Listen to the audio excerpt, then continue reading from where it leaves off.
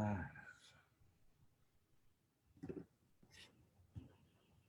Great, it looks like we're live. Hi everyone, welcome to episode number 44 of Exploring Genuine Transformation. This is a show where I interview different coaches, thought leaders, therapists, all within the realm of transformation. And all of the people who come on the show are talking more about an inner transformational experience. It may have effects on their outer life, but it's really, I created this show in order to focus less on getting the thing out there that we think is going to make us happy and doing, finding that peace and contentment and freedom within. So I'm really excited today to be interviewing two people. This is the first time on the show that I've done that. And so I'm going to be interviewing Lillian and Joshua Hathaway. I'm so glad you guys are here. Yeah. Me too. For having us. Thanks for having us on. Yeah. Sharing this thing with my people. Yeah. So I'm going to introduce both of them, and then we will dive into the topic. The topic is the messy journey home to self and other. And one of the things that I am really excited about this show is that Lillian and Joshua are going to be talking about their personal journey of basically relationship together and then having a break in relationship, a rupture, we could say, and then how they each came back to themselves and to each other. And what's exciting for me about this is that, how do I say this? I love that that they're gonna be sharing their personal journey, but they're also both, very skilled practitioners in the work that they do with both women and men.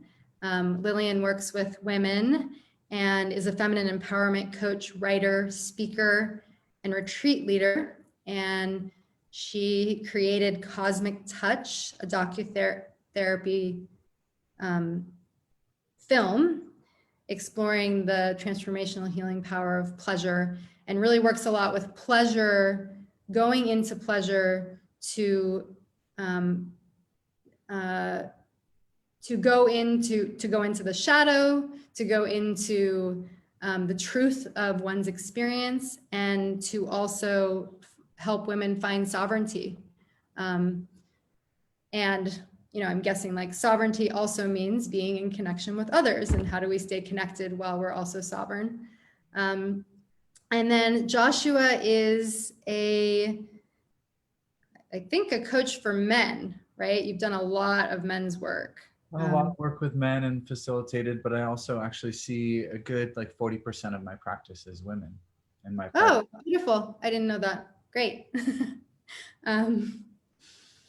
Wonderful. Okay. And yeah, and it looks like you have a master's degree in transpersonal and somatic psychotherapy, which is amazing. I also have a master's degree in somatic psychotherapy. Oh, yeah. Gospel of the body in the house. Yeah. So a lot of this conversation is also, both of you work very intimately with the body and with one's direct experience. So we'll definitely weave that in this conversation.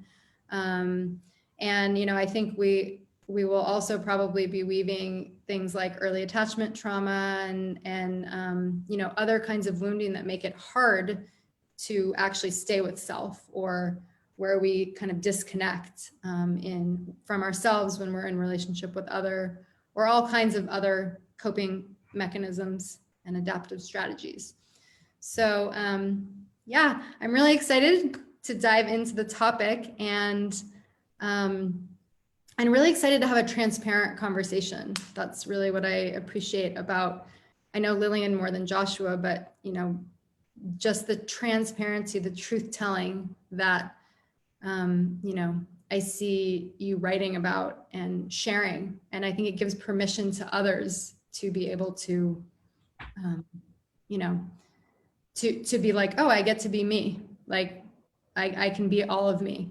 And so I'm sure that will get addressed in the interview as well. So yeah, so can I share yeah.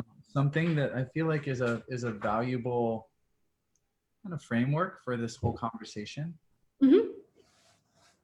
Which is, I love that you said transparency. The first thing I'll say is that this little transmission came to me recently, which I'm sharing with people, which is that only that which is not transparent casts a shadow. And so our work is to become so completely transparent that we're not chasing around or fighting any shadows that we're sort of casting around the world, right? And it's an incredibly vulnerable process, a very intimate, very sort of tender process of revealing all of our parts of ourselves to ourselves and then to others, right? And this journey that we're on in the collective is one of, actually, we are witnessing the spiritual practitioners sort of bounding out of the monasteries and off of their pillows and into the crucible of intimate relationship as the place of our most intimate awakening, as the container within which we first learn about ourselves and learn how to differentiate ourselves from another person, and then learn how to be in exquisite collaboration with another person with that authentic self, and not the performed self that you think is the one that this other person needs in some way, right? Oh, so beautiful. Thank you. It feels like that. I really do feel like that's a great frame. It feels like that kind of encompasses the journey that you're about to talk about as well. So thank you for offering that. And I would say let's dive in there. Like, you know, maybe each of you can talk about your journey and your journey of facing the shadow, being transparent with it, and then as well as, you know, coming into deeper connection with self, and then bringing that into relationship.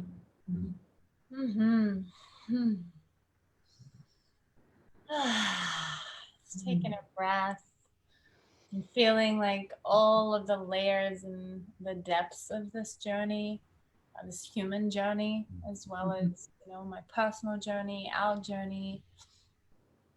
And yeah, this piece on transparency has felt like an initiation over so much time, but particularly, you know, it took just like a deeper dive in the last year.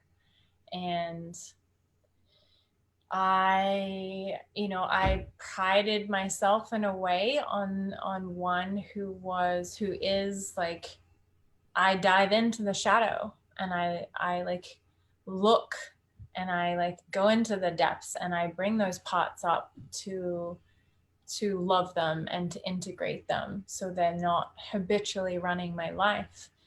And last year when we were kind of in partnership, there were things coming to the surface that were pretty like major things in a way, but there was this part of me that, you know, was like, we're doing it, we're doing the work, we're handling it, we've got this. And then came a point where I didn't have it. Like I was drowning and I didn't know it in a way. And you know, in a way it felt like it crept up on me, and it was slow and it was fast. And it really took like a really deep unraveling, and it really took us breaking up for that to fully like come to light. I spent so long, even when we came back together, going over how it could have been different, like all these choice points that I could have made a different choice, that I could have reached out and gotten more support, been more transparent with with like the emotional turmoil and the trauma that was being triggered and coming up in me, and asking for support and getting and asking for what I need and saying no and, you know, getting clear on what I really want and all of these things. Or, you know, going over all of these choice points that I think he should have done something differently.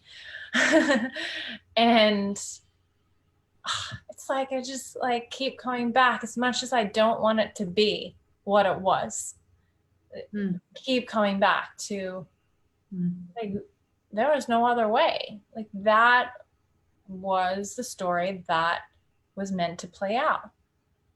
And that deep of a rupture and that, you know, deep separation and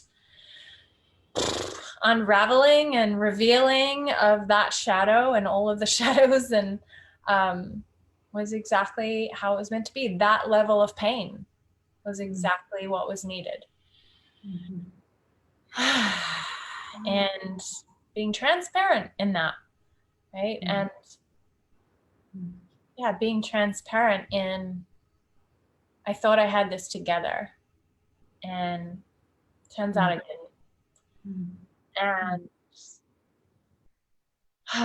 being transparent in like, I'm in my shadow right now, or I'm like, I'm kind of consciously giving voice to the parts of me that feel like a victim around what happened.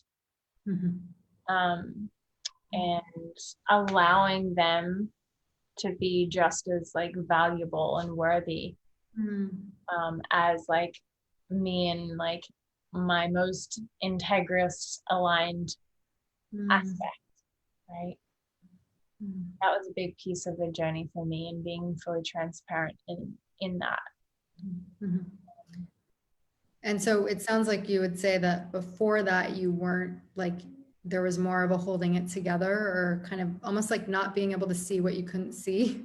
Yeah, and the thing is, like, I always have been, but on this kind of whatever you want to call it, spiritual journey, and as a leader and on social media, I have a value that I've held is to be vulnerable, is to be transparent, is to not pretend that I have it all together. And so I was doing that in like, to a degree and on levels, and I didn't know there was another level. Right. Well, you can't see what you can't see until you can see it. Yeah. This is just a universal principle, and it doesn't matter how many people will try to, you know, point at you and talk to you about what you can't see. If you can't see it, you can't see it, right? We can get into the nuances of how willing we are to look at things we don't want to see, right? And the journey is so much about being willing to breathe into and really look at what we might not want to, you know, look into places for things we might not want to find. Right? And what I hear you also saying, Lillian, to add to that, Joshua, is like that it took this kind of a rupture for you to actually, like, it was almost like a shaking awake, you could say, even though like during the time it was obviously, you know, very overwhelming and annihilating and all kinds of things. But that, so I'm also hearing from you about really trusting the journey, like just for everyone who's watching. It's like, we sometimes think it's supposed to go this way, and why is it not going that way? And just to be able to say, okay, like, I don't know, but, then just, we'd never know how that's going to continue to unfold and what that's going to actually awaken and heal in us. Yeah, we fight what is. Resist it so much. And because we don't, deep down, like, there is this mistrust that like life, universe, God knows what the fuck it's doing. Right? There's this mistrust that that we can trust life. Yeah. That, you know, we don't trust that it actually is taking us, we're actually going somewhere good. You know, we look out at the world right now, and there's very few of us maybe that are able to really go, I know that this is leading us somewhere good. And there's a microcosm here that I want to share, because it is so much of this journey is about learning how to trust life and what life sort of shows up with, right? And saying yes. All of our suffering is in the resistance of that. It really doesn't matter what shows up, to the extent that we resist it, whether it is like so beautiful and so good that we don't even feel worthy of it, so we resist it, or whether it's so incredibly painful that we don't really want it, so we resist it, right? Either way, we cause suffering and we cause dissonance with reality, with what is. And I just had a moment last week where I pinched my back while I was in the midst of an intense workout, I CrossFit. And I was 15 minutes into an 18-minute workout. I got sloppy, and I like instantly I dropped my 45-pound dumbbells and I laid down on the ground and I said, I love you. Thank you. I got you. I'm listening. We can take it easy. You don't have to do anything. I'm just talking to my body. I'm talking to my pain. I'm not. What was conspicuously absent, and this is a celebration. It's like I passed a test or something, like what was conspicuously absent was, you idiot, this is going to take forever to heal. You just fucked this up. Why did you do that? Why weren't you paying more attention? You should have done that better, right? None of those tapes were playing. They were drowned out completely by my love and welcoming of the totally unexpected and very uncomfortable experience that I was having, right? And this is just like, this is what we cultivate on this path. And the other thing I want to say is, I'm going to say one more thing as a sort of theme here, is that the developmental process goes from codependence. We're all codependent. You're born a baby who literally can't survive unless you have a mom. Like we are born utterly dependent, and we are raised codependent. We go from codependence to independence, to having a sense of separate identity, to interdependence, to bringing that sense of separate identity into collaboration and into relationship, right? But and all of the trauma and all of the wounding that we carry, all of our deepest fears and our greatest pain and our most limiting sort of beliefs were embedded in us in our most intimate bonded relationships. And so you can sit in a monastery for 50 years not being in an intimate bonded relationship and never touch that trauma, never really access that lineage and that pain in a certain way. But the moment that you fall in love with somebody, the moment you build a primary bond of attachment and lean yourself into a relationship, all that stuff is going to come up, right? You don't know who you are until you fall in love and get to see yourself in relationship from a totally different perspective. That might be my It might be mine. Thought I shut it off. Yeah, I want to name those pieces, because here we were thinking we know who we were until we got into this relationship and discovered codependent patterns within the most beautiful love that either of us had ever experienced. Right? Yeah, and I think that I knew that about myself, and I'd been to some like deep depths of healing that trauma and that codependency and attachment wound, and gone through a beautiful relationship where I was in such codependence to then finding my like center and sovereignty in that relationship, and not in any demand or need of him to be any different. And so I had gone through this process, and so there's an aspect of thinking like, I got this, right? Like I've done that work. And but of course there's just another mirror, and there's just another layer, and we all have a particular like mirroring a particular flavor as well with each other. So I really want to like dispel any myths around, when I have a client that says like, I just need to heal myself so that I can be whole, so that I can attract a man who is like healed and whole, and then we can have an amazing relationship. I'm like, yeah, but you'll also have to do it again. Yes, and like not at the same it's not going to be the same as how you did it when you were on your own or in a previous relationship. It's going to be unique. And you can't project that forward.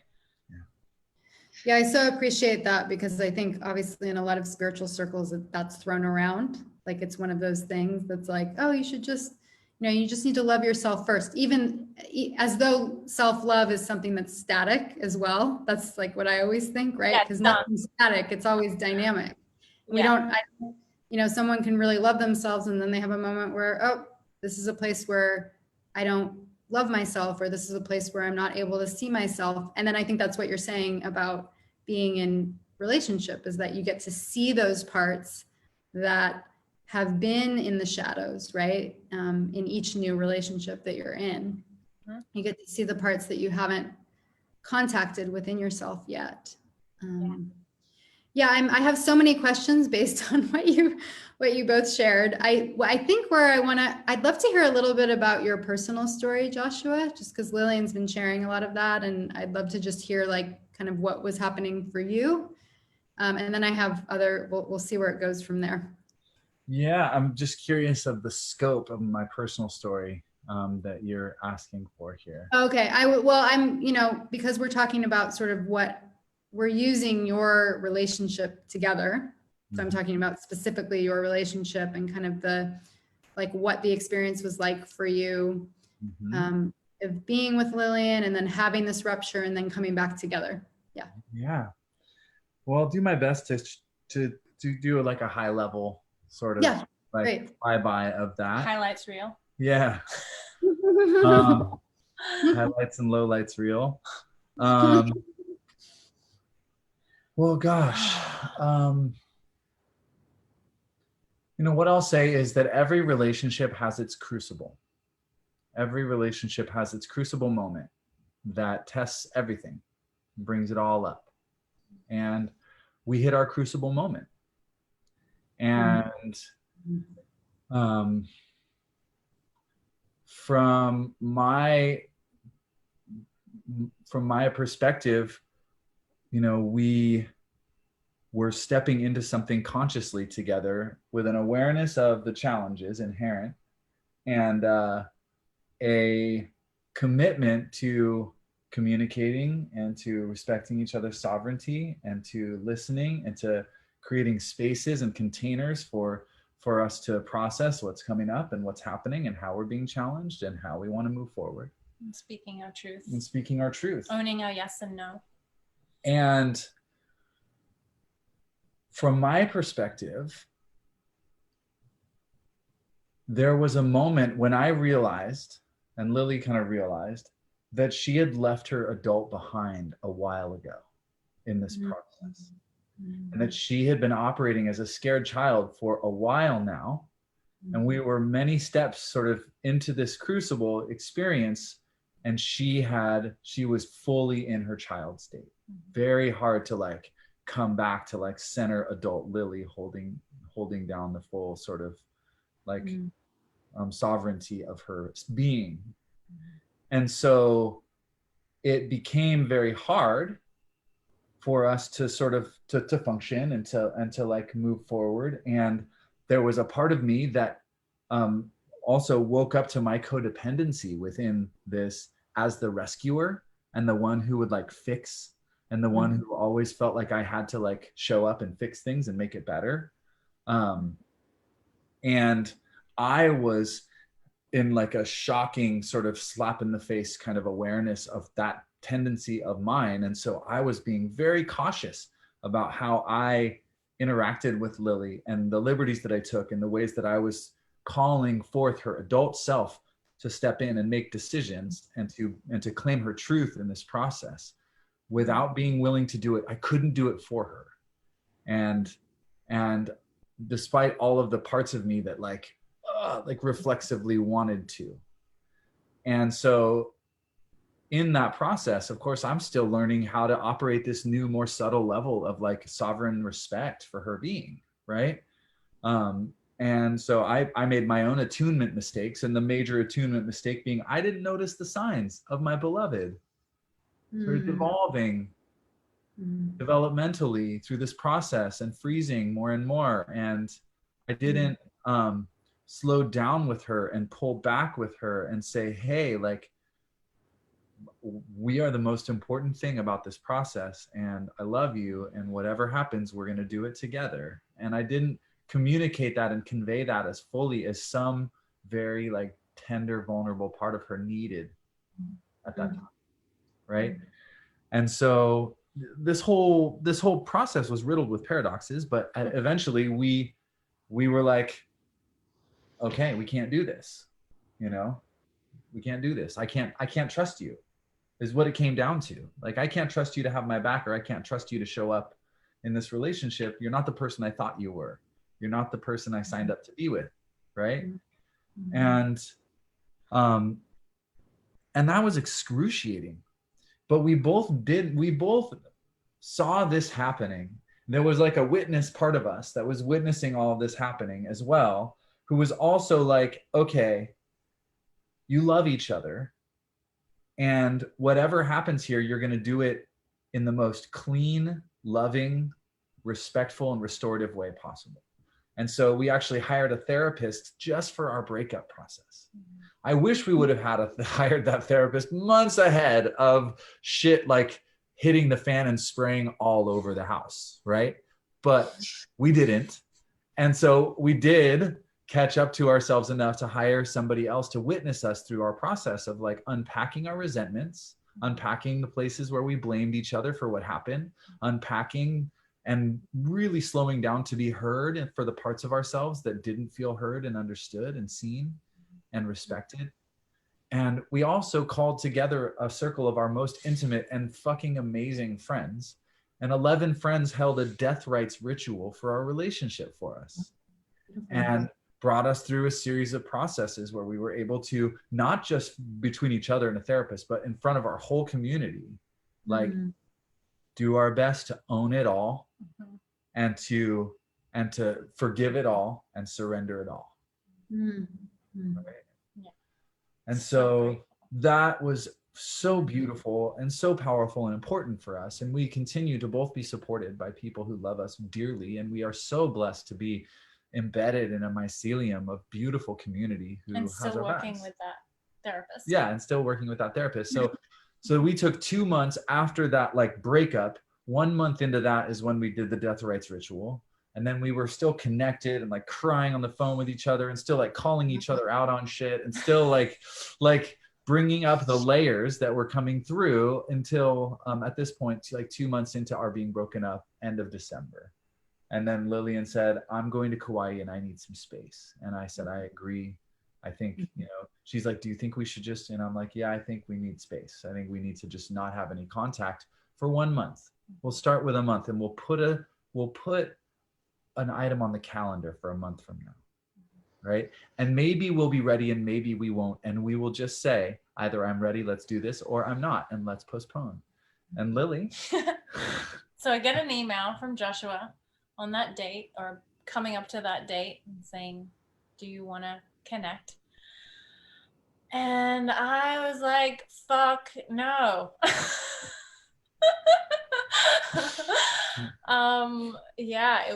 It was a really, really painful process for me, and still was working through a lot of resentment and a lot of grief. And at that point, and I responded to Joshua in an email and was basically, I don't, at this moment where I stand, I don't think I ever want to talk to you again. That's what she said. It was true. And so I said, I'm going to put another item on the calendar for a month from today. I don't expect you to be there. I will be there. And if you want to come, then let me know or come. But I don't expect, you don't have to communicate with me to let me know that you won't be there. That was the level of just like respect I wanted to hold for her need for space and sovereignty, right? She doesn't have to voice a no. She already voiced her no. But I'm going to hold space for her yes. And I'm going to show up and without she any gets demand. without any demand or agenda. Yeah. And And she that gets to was choose. healing for me. There was like a little opening. It was like, okay, like I feel honored in my no. That's healing for me. And so I then, took into my own hands again, because it was like a constant every moment, every day, like taking into my own hands the responsibility of my own pain.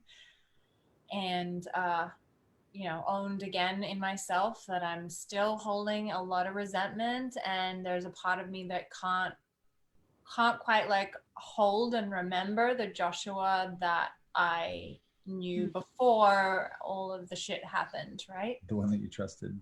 The one that I trusted.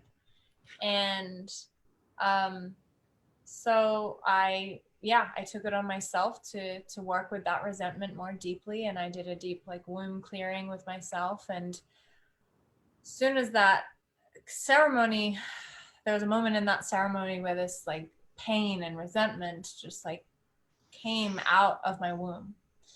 And then in place of that and deep into my heart, I just felt the thread, the unconditional love thread here that was always here.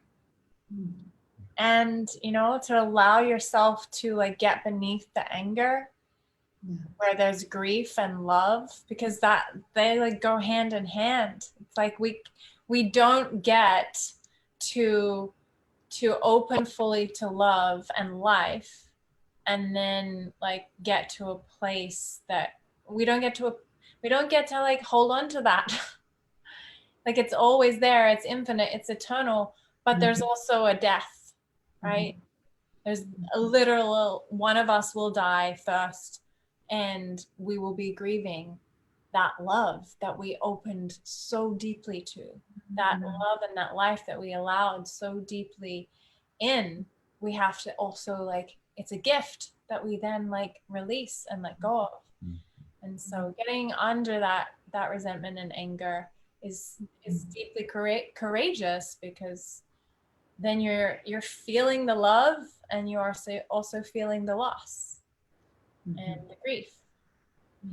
And the grief is honoring that love.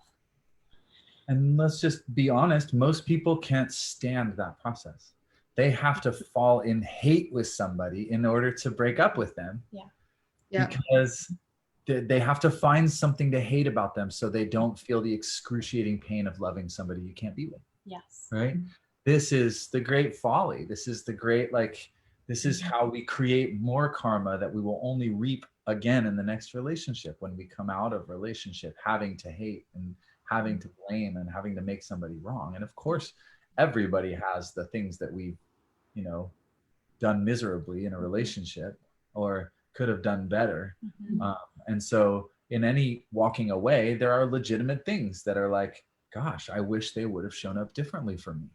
Right? But it doesn't have to equal hate. It doesn't and mean like resentment and a hardening they're of a our fucking hearts. evil person who has no heart and no, like like the stories and the things we make up about people from that place of pain and fear and loss is just so just tragic. It's tragic for everyone, because nobody wants to carry those stories and that kind of poison in our hearts, right? But somehow it feels preferable to loving somebody that you can't be around or whatever.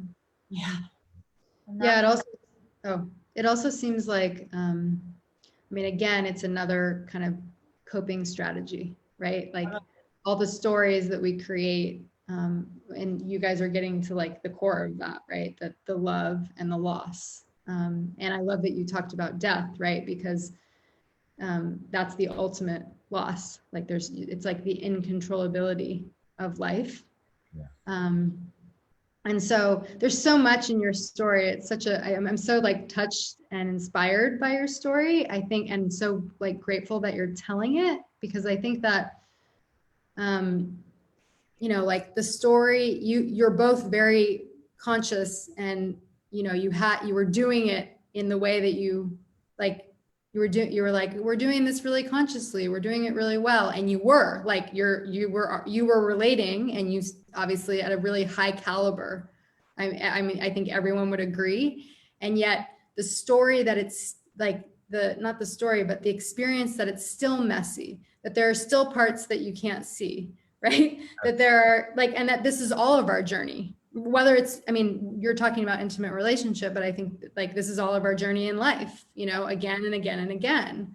Like, oh, I can feel like I'm doing this in all the right ways, and yet life is presenting itself in these ways, and I'm having to face, you know, myself. And so I just think I think what's so beautiful about it for, you know, our audience and anyone witnessing is to see that like there is no straight journey. Like this is the journey of life. Like this is it. It's the roller coaster. Yes. And you're gonna put hands up and just go on the ride, or you're gonna hold on tight to that bar and like get whiplash, right? Yeah.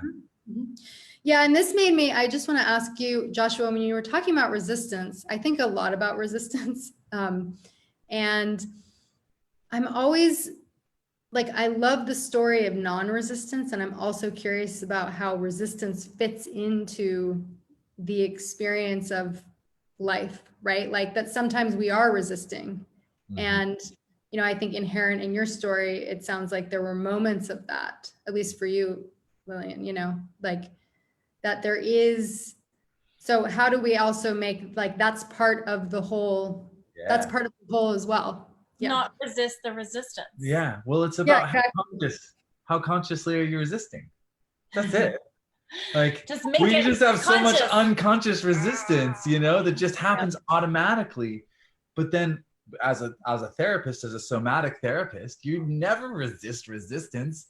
I'm always like, oh, there's some resistance. Let's turn the dial up on that resistance, like 5 decibels, and see what shows up, right? Like, let's invite the resistance forward, because it's so intelligent. It will tell you so much about what your greatest fears are, about you know, what you have yet to really like love in yourself, right? Our resistance tells us so much about ourselves, but it's not the one you give the keys to the car to, right? Yeah, that's a good way of saying it.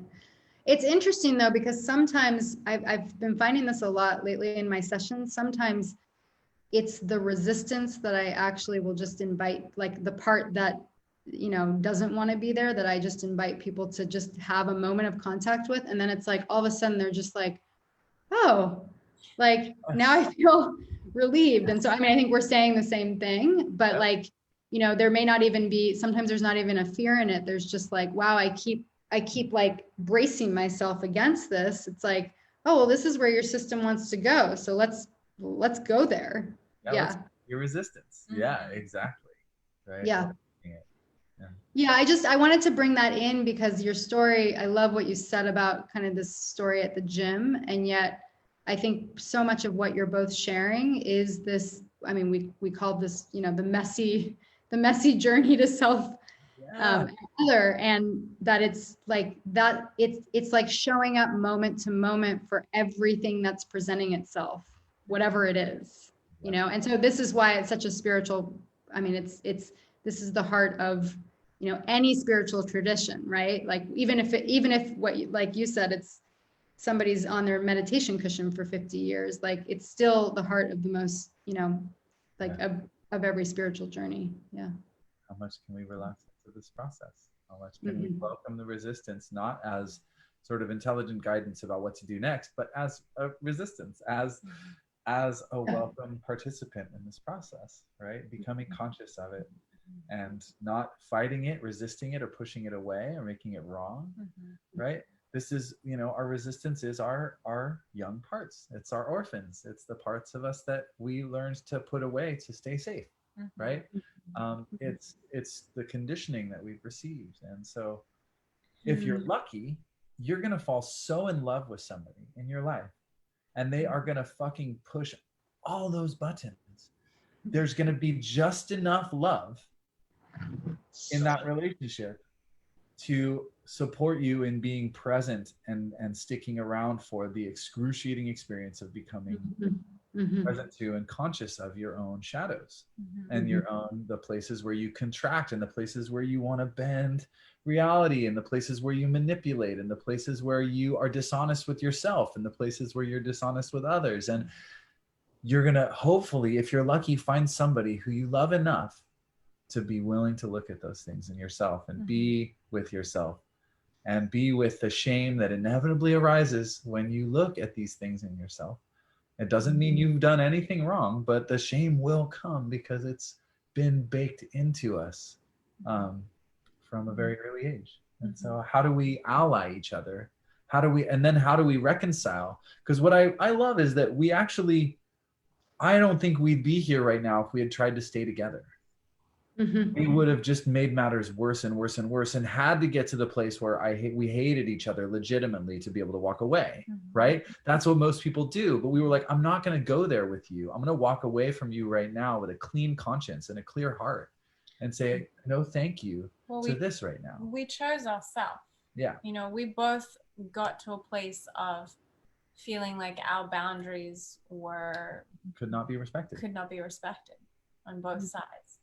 And we both were like, wow, I love you so much, and this is so painful, but I have to choose myself. Yeah.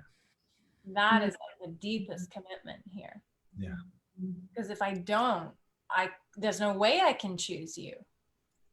If I don't take care of myself, there's no way I can take care of somebody else or have a relationship. I mean, it's so beautiful that you knew that. I mean, I think so many people don't even have that as a frame. Right. Like it's like, okay, well, the relationship takes precedence, and you know, the self gets kind of obliterated in some way. Yeah. And we did bring a lot of resources to this process, inner resources of work that we had done, and outer resources of community and therapy and all of these things, right? And one of the things I'm really proud of us for in that moment, and we haven't even started talking about the reconciliation yet. I'm just like putting a little, we should get there. right? Is that we didn't turn our community against each other. Yeah. Is that we didn't make anybody decide whose side they were on. We asked everybody to be on the side of love and truth, and to always like reflect back for us their truth with love. And to like, I was like, okay, like this is carving me open. I have something I gotta find, I gotta see here. I would not have created this if I wasn't operating somewhere in the shadows. So please, like, help me understand. I cannot see the back of my head.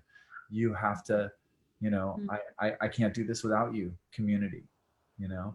And people showed up and had hard conversations with me and helped me understand what for me is privilege. It's like an invisible way of using power that I don't even know that I have, right?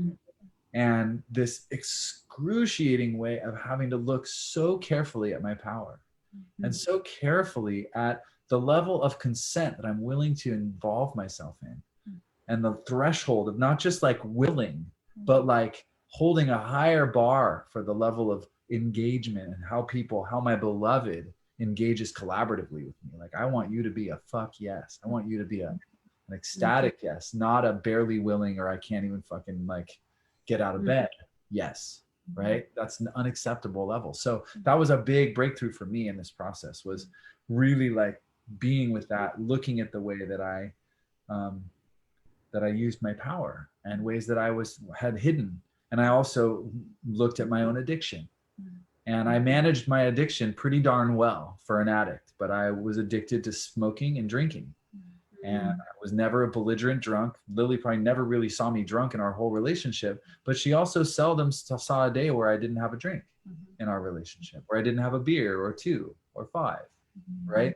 And so I had to look at my addiction, and I had to get clean. And I'm celebrating 9 months totally sober from alcohol. I just, you know, the equinox was my 1 full season of not smoking a cigarette. And I am so grateful for the way that this crucible has sobered me and brought me into my sobriety and my sovereignty, which those words, sobriety and sovereignty, are alike for a reason. Yeah.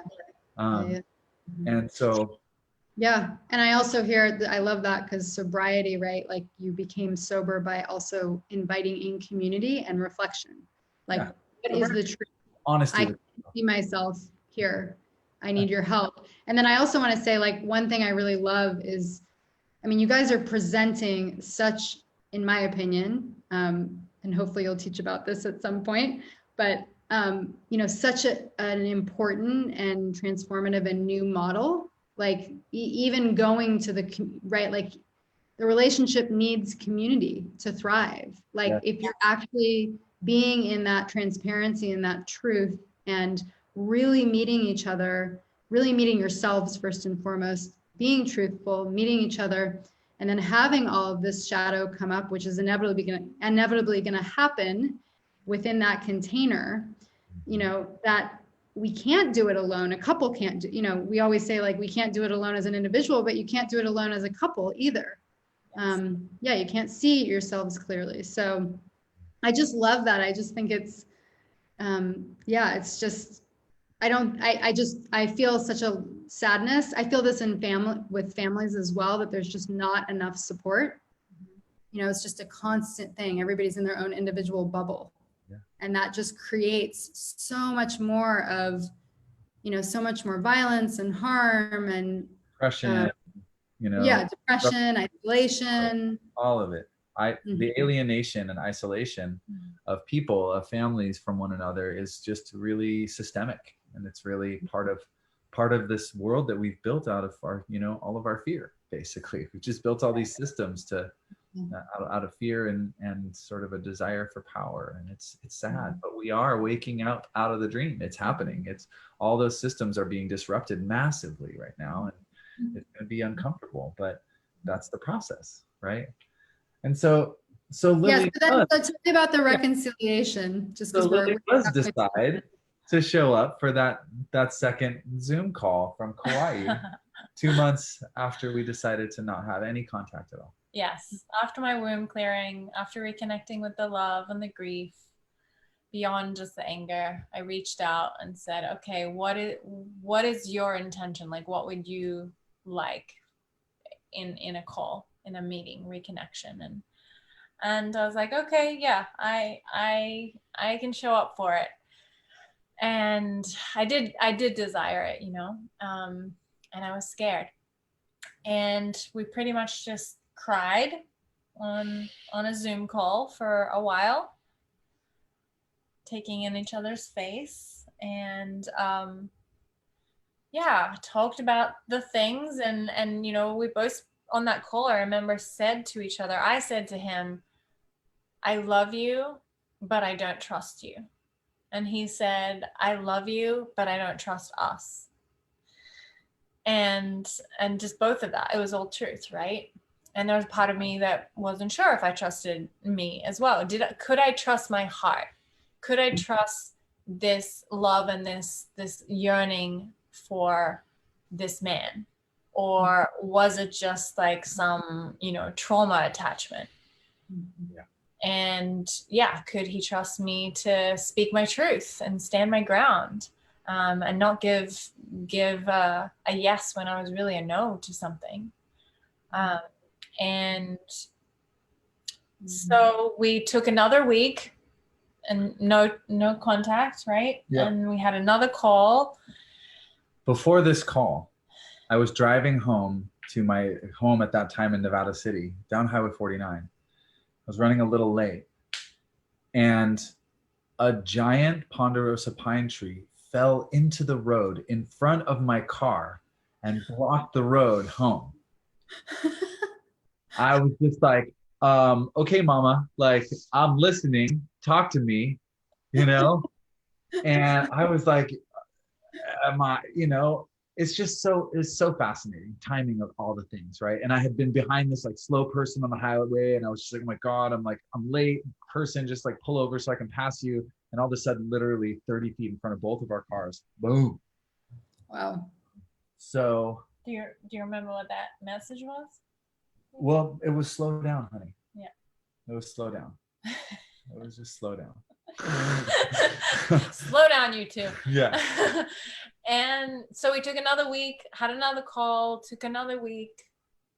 And from the moment of us having the call, I had a lot come up for me, of like sitting with that, being with that pain again, and being with that pain of the loving somebody and feeling like I can't be with them.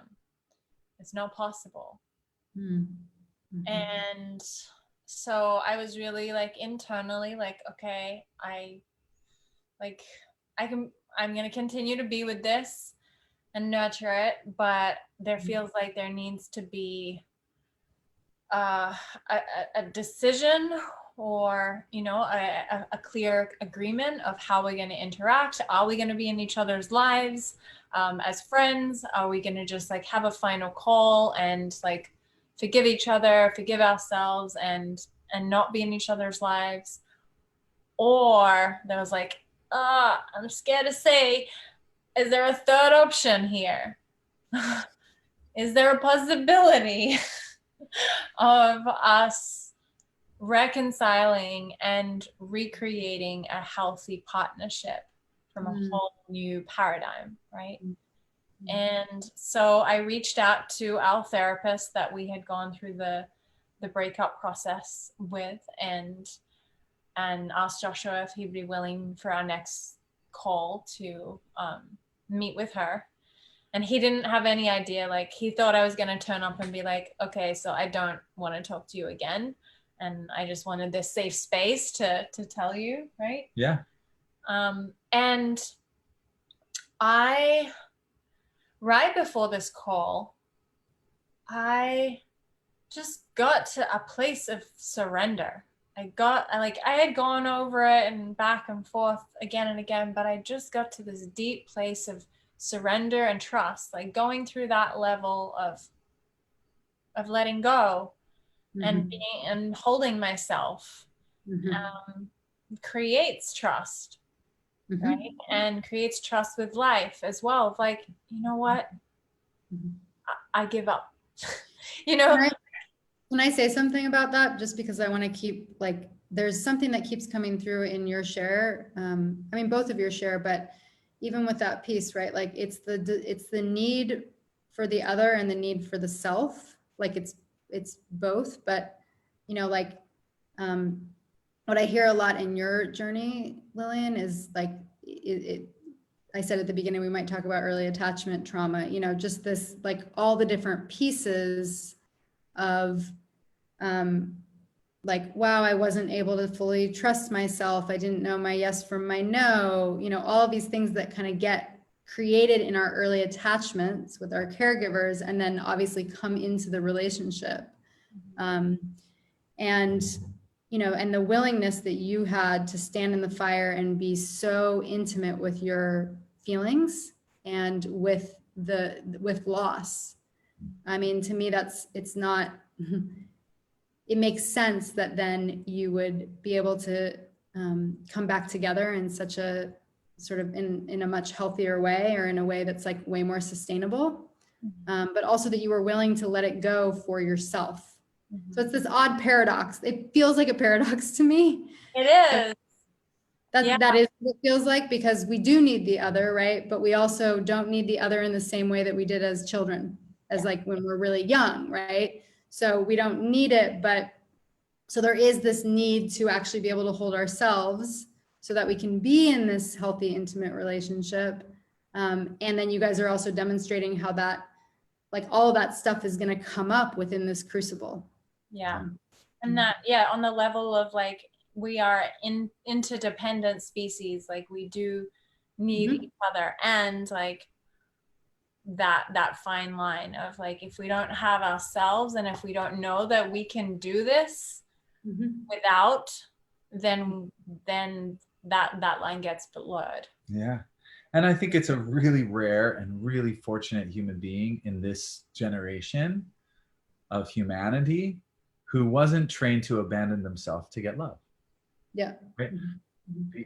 By no fault of our parents, through just the evolutionary process and generational trauma, like cascading through the generations, most of us were brought up in such a way that being close to the people we loved and being accepted and loved by the ones we needed most required us to abandon some part of ourselves, right? And so in our love, how do we learn how hopefully we find somebody who we fall so profoundly in love with that we are brought to the crucible of having to choose ourselves in the presence of that much love. That's so beautiful. I That love is that. an end to codependence. That is like the decisive sort of like beginning of the end of our codependent tendencies to abandon ourselves in order to remain close. Yeah. And then all we can do is bring our whole self into this relationship and trust that if this relationship is meant to be, it's going to be meant to be for my whole self. Yeah. All of my desires, all of my truth, all of my messiness, all of my like commitment and sincerity to the path. And if there's not room for that self, then God, you're amazing. And I just can't wait to meet the person who you are for, you know, and the person who's for me. Yeah. My God, I love that. Thank you. That's so beautiful. And it's so well said. And I think it's the way that we also move out of codependency, right? Like with the last thing of what you said, it's like, okay, this is who you truly are. This is who I truly am. Like, do we have space for that? Like, genuinely, do we have space, right? The opposite is like, oh, I'm going to keep trying to fit myself in to try to be loved by you and vice versa, and for the relationship to work. So I just think that was I mean, to me, that's the heart of the journey, we could say. Yeah. It is. Yeah. Yeah, and we get to choose. We get to choose ourselves again and again, right? Like, sense coming back together. It's going to be all the way through a continual choosing ourselves to also choose us. Yeah. Mm-hmm. And so we had Yeah. to break up. We had to reconcile with ourselves. The first reconciliation process was reconciling with ourselves, right? And we've all sort of been raised in unreconciled relationships. I just started using this word and I love it. Relationships that haven't reconciled all the differences and tension. We're so used to being in relationship like that we actually have a high tolerance for unreconciliation, for the unreconciled. And we're learning how to lower our tolerances significantly so that we can have actually truly clean, reconciled relationships. So we had that call with our therapist, and each of us heard from the other something that we never thought we would hear. I did not have any hope. I had such a fine sliver of hope that we would ever reconcile our relation to the extent of being in partnership again. I thought we could become friends, but I did not believe that we would become partners or lovers again, right? And in that conversation, each of us heard a taking responsibility by the other. Each of us heard something that they owned about how they co-created this experience, right? We each heard something from the other I heard something from her that made me go, wow, I think I might be able to trust you. And I trust myself to say no if I don't. Right? This is the core piece. I trust myself now to not give myself up the moment shit gets hard and you are needing something from me, right? Yeah. Like, I trust myself to hold myself. And so this was just so you know, we're really at the end of time. I'm not sure. So it's up to you. This is your platform. And we could always come back and have a conversation. We can go over and then that's okay. So I'll say that we had this conversation, the week that the world was sort of falling apart and things went into lockdown. Early March, and lockdown was happening, and like we were like, oh, it's Armageddon, and it was like, oh my gosh, like I remember you now, and if the world is falling apart, like we should probably clean this up, and there's nobody I'd rather like watch the world fall apart with than you. So so we came back together, and it was still like a couple of months of like deep unraveling and repair and reconciliation. And we were talking about resistance before, right? And giving it space to actually be expressed in a conscious way. And we did a lot of that, and we do still. We wrestle. Wrestling is one of like the favorite things to like get anger out, and it's like I'll usually, like, if you give me permission, he sometimes lets me like beat on his chest And we did a lot of that, and then we end up somehow in this like laughter, of wrestling. So we had to keep going through it and keep going through the layers of disbelief and mistrust, and just quickly say for me, and it still can come up, but not at that level. But it came this crux point of like, am I going to trust you? Because I can keep finding reasons not to trust you. And at the end of the day, like, I gotta make a choice. Am I gonna be here and trust you or not? Am I gonna make it miserable? And so it was this really vulnerable moment of like, okay, I'm going to trust you. It's really fascinating because it sounds like that was important in terms of like the trusting, that you were kind of wobbling, right? And then so there was like a sort of stance. And I also imagine that, again, like trusting yourself or trusting the other is a moment to moment process. So there's an overall trust of like, I trust that we can do this together, you're in this, and when things get hard, I'm going to show up. And then there's also like, I imagine in a moment saying, actually, I'm not trusting what you're saying, which is actually part of how we hold on to ourselves, right? Because we can't just take everything blindly. And that's part of, I do, it's like, ooh, in this moment, there's something that feels a little bit off. Is it me? Or is it like something that I'm, sensing in that I just don't trust in you? That is, reason, whatever, that there's reason not to trust, I guess you could say. So, I mean, it sounds like it's kind of a both and process. Yeah, and it's continually calling that forth within ourselves and within each other. Like, if there is something that I don't trust, yes, checking in, is that based on my past pain? And is that becoming a projection here and I'm not fully seeing you? Or is it an intuition that I'm having because there's an aspect that's not in the light here that you're not seeing, right, in yourself? Yeah. And so I don't trust you because you're not in full trust with yourself. Yeah. Right. Yeah. And instead of that meaning like you're not trustworthy, just being like an invitation, like, oh, there's a thing here that I'm noticing that I want to call you into seeing, so you're in full alignment with you. I want you to be right with you and me to be right with me. Yeah. I mean, it sounds like in that regard, it's about trusting that there's integrity, that each of you have integrity, and that you're operating off of similar values because you've had enough experience, right? Which is something we didn't talk about, but like that earned secure attachment, that, that we've had enough experiences to keep seeing again and again that, we can trust each other, and that, we're holding each other to our highest, and, we're, I mean, all care about me, and you're gonna come back. When you go away, you're gonna come back. Like, it's the simplest thing, right? But like, when you go away, you're gonna come back. Like, that's the bottom line of like how we build attachment and trust, and how we do that, and restoring connection through reconciliation again and again and again.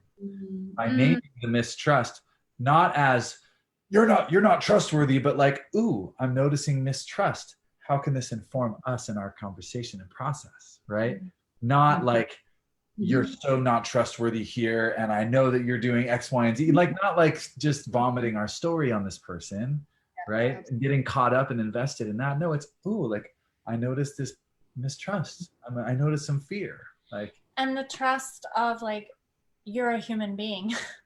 Like, you're still gonna be discovering shadows. Discovering pieces that you're not fully in alignment with, because you're not seeing it, and you're gonna keep evolving, and I trust you to be committed to that. Because that's a value that we hold. I trust you to look. Trust you to look where you might not be seeing. I trust you to want to like know yourself and become transparent. Like, there is that shared values piece. But something I say a lot about trust, which I think is important, is that we have this, I think, a profound misunderstanding of what trust is. Trust is truly, ultimately, alchemically not an empirical process. Yeah, that's true. It's not, that's statistics. That's something different, right? Trust is something I actually give. Trust is a decision. I trust you. And when I trust you and when I invest my trust into you, it activates things in you that could not be activated by anything but that light of trust, that gift. medicine of trust. When the feminine gives her trust consciously, knowing that it is a gift and a decision to the masculine, it activates codes in the masculine which cannot be in like integral operation without that trust. I can only serve this queen to the extent that she trusts me. I can only serve her with my power to the extent that she trusts me. It is literally the road that my power walks in service of her. Right? And that's the power of feminine vulnerability. That's the utter like ineffable leadership of the feminine. Is the feminine leads through trust, through like, I trust you. Yeah, it's so beautiful. And then it takes me back to, thank you for sharing that. It takes me back to, the process of Lillian, you learning how to trust yourself, right? Because in order to be able to put your trust in Joshua, you had to trust yourself. And what was happening, in the first iteration of your relationship is that you stopped trusting yourself. And then you also, Joshua, like you were like, oh, I can't trust you to kind of be with yourself. And so now I can't show up in, this kind of masculine protectiveness and power with you because we're not like, it's just the dynamic is off. Yeah. So that separation was that journey back to myself. And then I, coming back to him, I was like, I trust myself. I got that. Like that I am like choosing and I'm solid on. And I will pull myself back in if I notice myself losing that. I'm surrounding myself with so much support now, as opposed to not having that level of support last year. And then that choice from the trusting myself, then I choose to trust you. Yeah, and another part of your story that I think is really remarkable is that you've said this in different ways, but that it required you separating, right? So the assumption that we have of like, oh, if I'm really in love with this person or we have this relationship, we're going to kind of like, make it through in this way, like is not always true. And what was important was to have that separation. I mean, on your end, it was to really be with yourself and learn to hold yourself. And on your end, it was also to, look at your own codependency and addictive patterns. Right. And I like together, it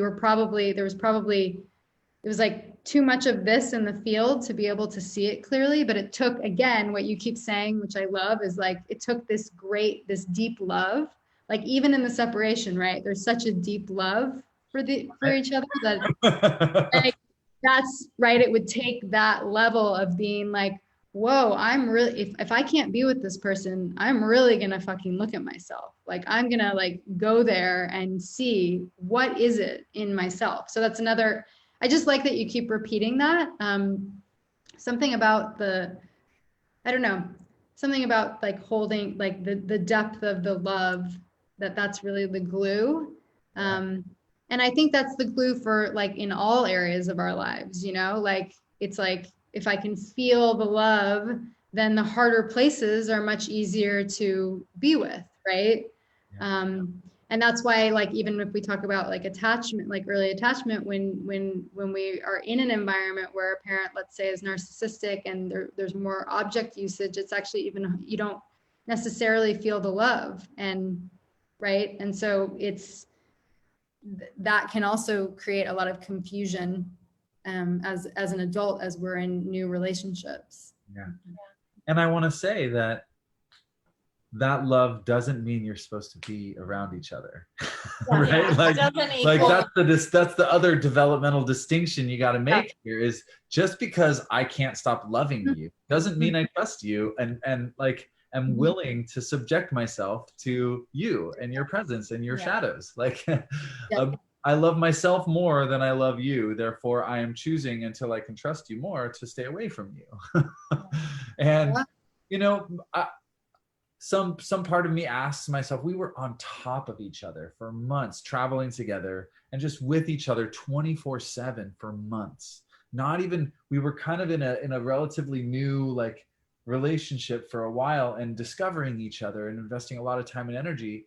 And so I asked myself, had we built in more space in our togetherness, would we have had to take that much space at the end of the day or in the middle of the story, however you want to sort of frame it?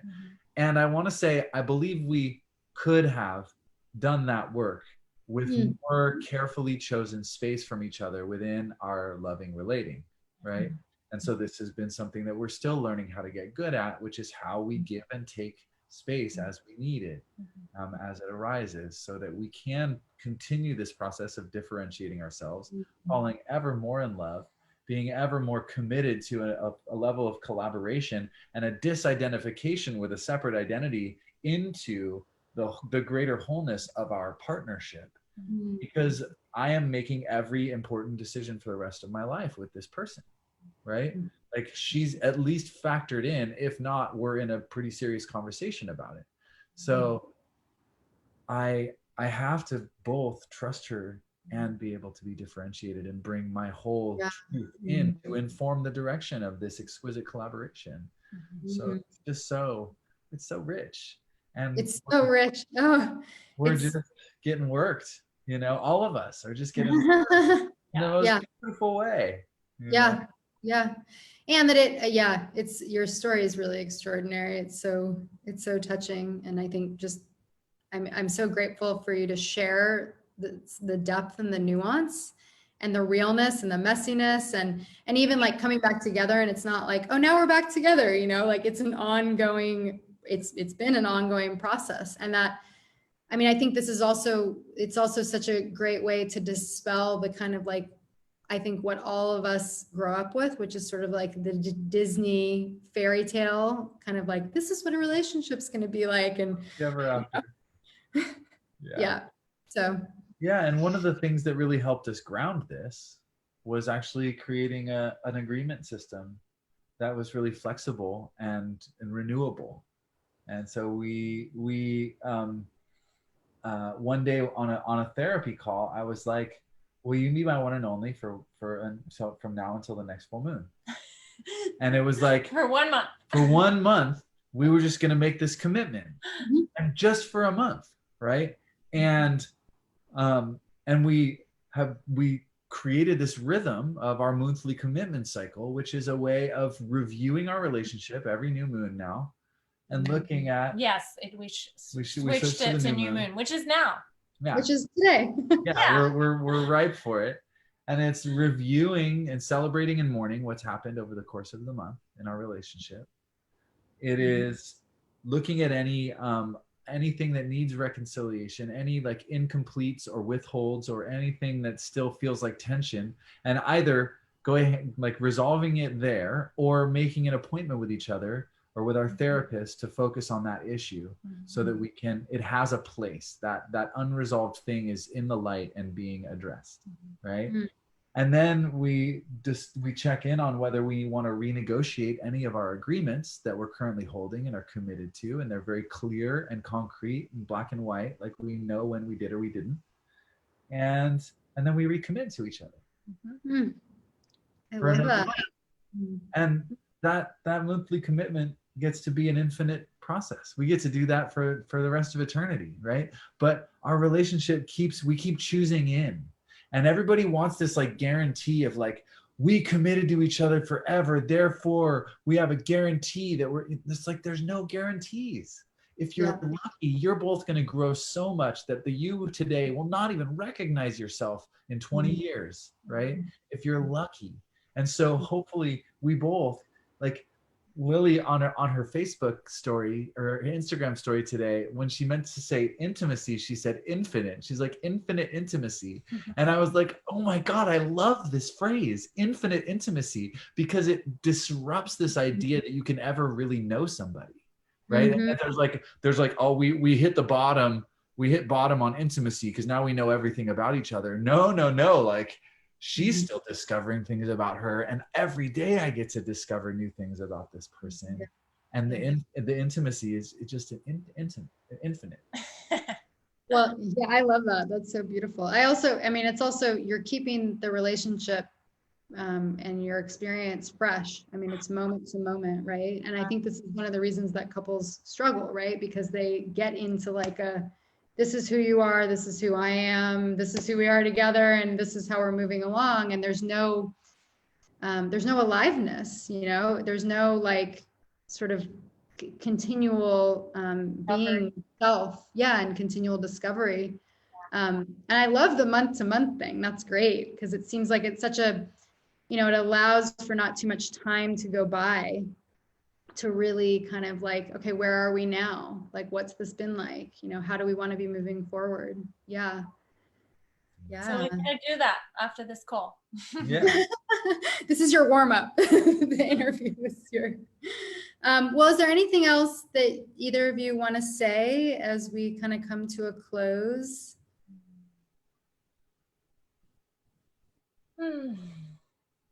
There's a piece that I didn't say, and it's just coming up again, is, in that process where I was in my trauma, I was in my child, and I really, really wanted Joshua to like be the parent that took care of me in that, and said like, hey, I see that you're struggling, that you need help, and I'm gonna like step in, right, and be the voice for you and take care of you.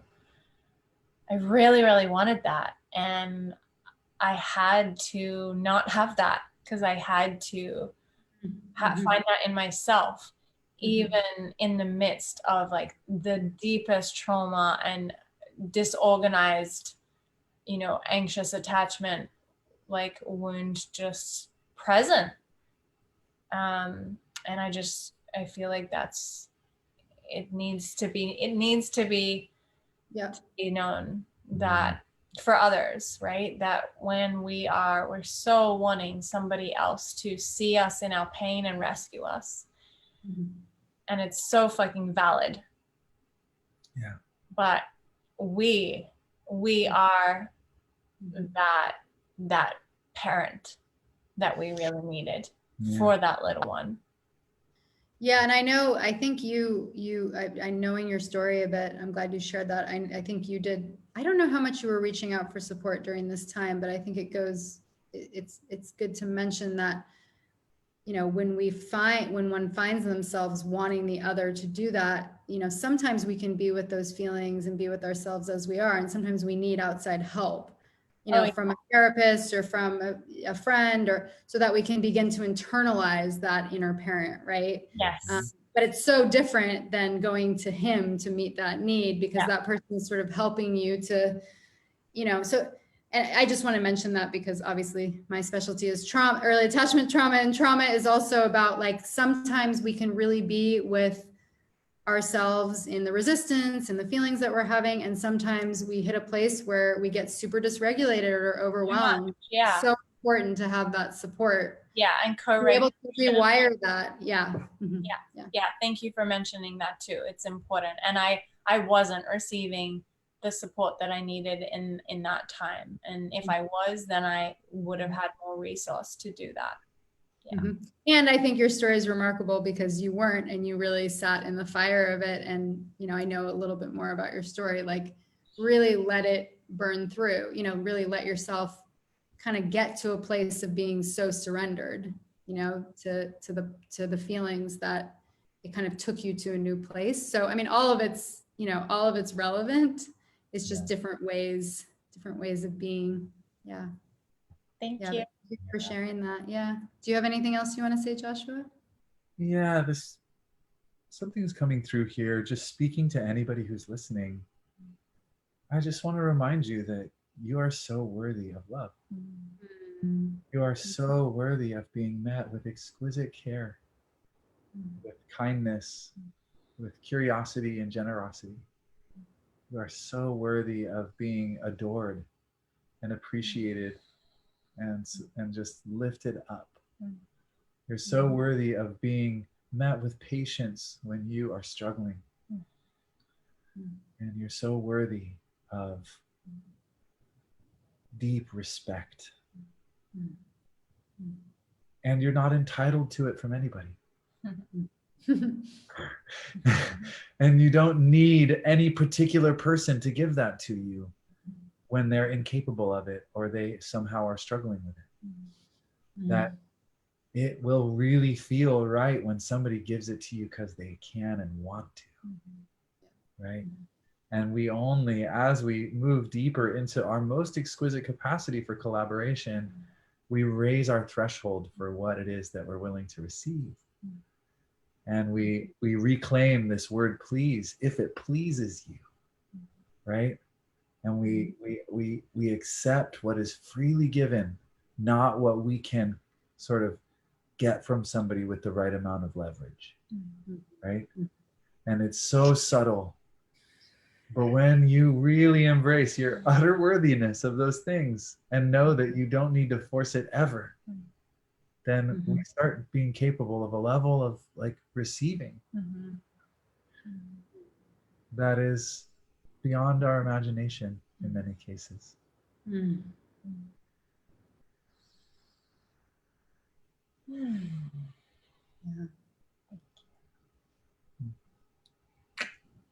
Thank you. Thank Thank you. you for that. Yeah.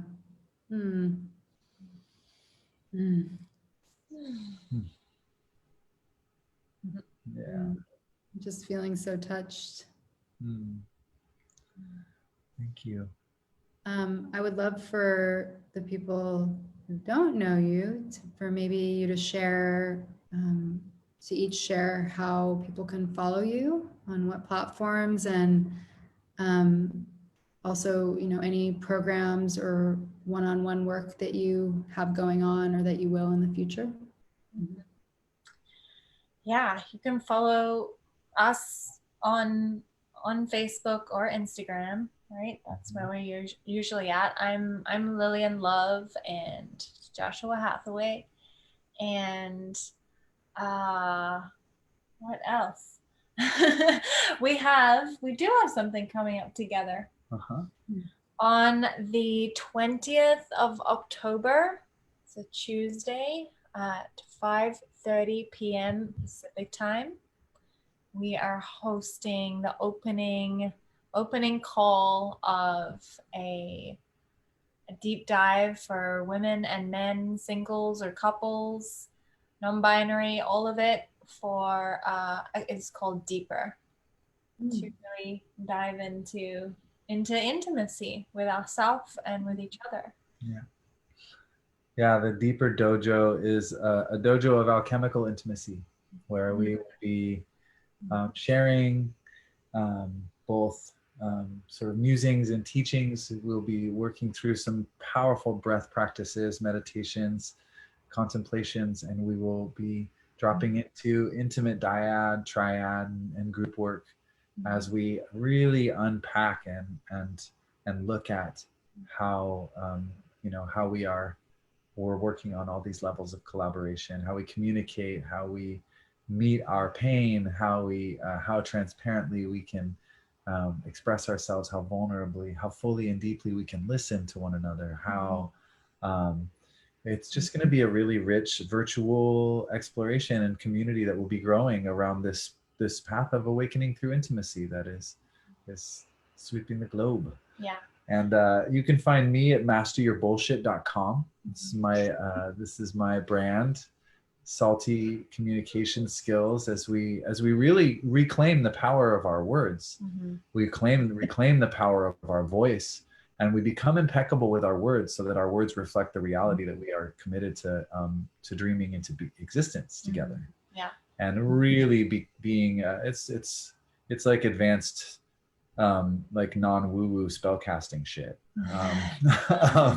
Just really learning how to bring our language into alignment. And I work with private clients one-on-one. I work with couples. I don't have any space in my practice right now, but I'm happy to get queries and get people on a waiting list if you feel really fired up. And I've also got a men's program that's coming up that we do have a couple of spaces open for in the Bay Area of California from October 1st through the 5th. It's a Council of Kings, a men's leadership initiation. And we're going to have 12 participants come through an incredible hero's journey to reclaim their throne and their crown and really live from the center of their being as potent, inspired, and attuned leaders in this world.